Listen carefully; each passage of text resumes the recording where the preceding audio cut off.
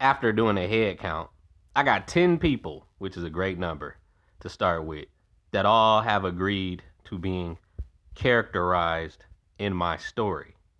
And even though said story is not finished, I truly appreciate your faith in me and my imagination and my creativity that I won't make you look bad. It's mostly females. I'm about to start handing out powers like it's Halloween candy. Real shit. And some characters are people who I've met along my journey in real life, and others are people I dream about and people who I'm just adding to the story that may be based off of people that have already transitioned to the afterlife. But I'm loving the people I'm meeting on YouTube, y'all. One guy just pissed me off, and he don't know he pissed me off because I didn't dare comment in his comment section. But this whole concept of a nexus, right? A nexus. It's been done before, but that's a part of my story. So I don't like it when I haven't finalized the story and I see somebody else say something that I know is in my story. So a nexus, you got it in Star Wars and Star Trek. They had nexuses, right? In Star Wars, they'll call it a dark side nexus, of course, which is, oh, that belongs to the Sith when really it doesn't belong to anybody. So I have nexus points in my story where, other people don't know what the fuck it is, but I know what they is ways for me to get different forms of magic. And anybody who truly goes down that path with me with in regards to necromancy, they'll know exactly what nexus points are too. Or do the spell, because I also have a nexus spell that can be cast, but I need 5 people to do it with me. Well, I don't really need 5 people to do it with me, but it's just a test to those people of how far they'll go with the magic. So if you're not willing to do dark magic, that tells me a lot about you personality wise.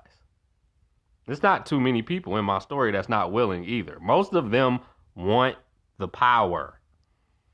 All the women who told me they want to be characterized as a vampire, they want to be vampires for the power, for the immortality, to stay young forever.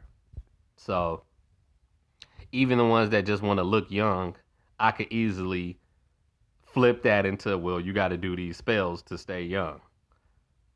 And there are a lot of vampire stories where vampires cannot use magic. So, of course, I have an explanation for y'all why that is. Like, True Blood comes to mind. The witches was fucking them up in True Blood. They were some of their most worst opponents because they couldn't really combat that shit. But yeah, I got some ideas, man. I got some ideas, but I don't like when people steal my ideas. That's kind of like Hansel and Gretel when they put that blood moon shit in the movie, and I had an idea for that, and I just was like, fuck it, just fuck it. Even though mine is different, it was just like it just pissed me off that bad. Then George R. R. Martin was gonna call one of his shows Blood Moon. I'm like, see, y'all motherfuckers, man.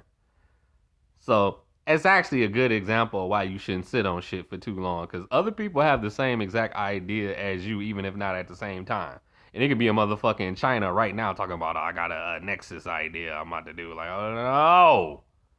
So I gotta hurry up and finish this shit, man.